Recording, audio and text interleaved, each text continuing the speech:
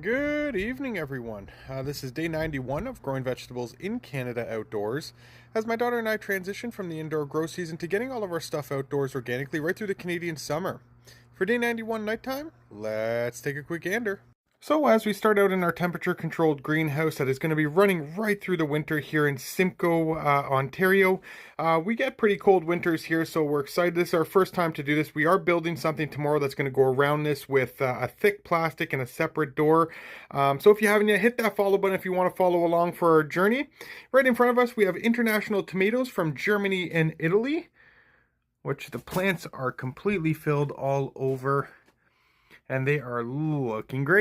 Right beside our tomatoes, we have a beautiful pineapple that was all started indoors right through the front window, where we gained some roots from a full pineapple head that we juiced, and we have it in some soil where it's doing really well. We have some beautiful basil and parsley. We also have some propagated basil that needs to go in some soil. And then one of our favorites, the olive tree. We're super excited to have this growing in order to press our own oil.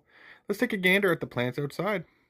So over here in our outdoor garden, where everything is separated by sections, and with the season winding down, things are depleting and it doesn't look as full anymore. But nonetheless, over here we have our green beans. There's roughly about another week or so, maybe even a couple weeks left of these bean harvests. I know it's getting cold here tonight in Simcoe, where it's going down to a low of 6 overnight. So a lot of these plants are going to get impacted by that coldness. And we did do a harvest, which I'll show you at the end of the video, of our beans. We also have beautiful companions all in front, from marigolds to Salems and some curries. Into our first cattle arch, where all we have left is a single pumpkin. The other pumpkins were harvested and put it on our front porch. And this one is just gradually changing color, which is looking great. Until next season, the last one hanging. Into the back here, where we have some cucamelon. And our front cattle arch, it's the second one, where we have some more cucamelons, followed by some beautiful loofah gourds.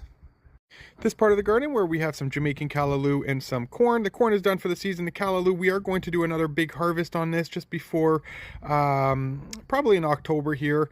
And again, if you're going to plant one or the other, plant them both. They're excellent companions. And to our tomato section, where we did another big harvest of all of our tomatoes as well. These are different varieties of tomatoes that are just filled, and still a bunch more to go.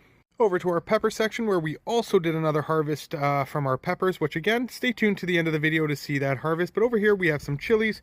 We have some beautiful Carolina Reapers all over the plants, looking great. And over to the side we have some quick fires and some chocolate habaneros. Over to our cold weather crop section, that eventually is going to be filled with garlic that does well through the winter.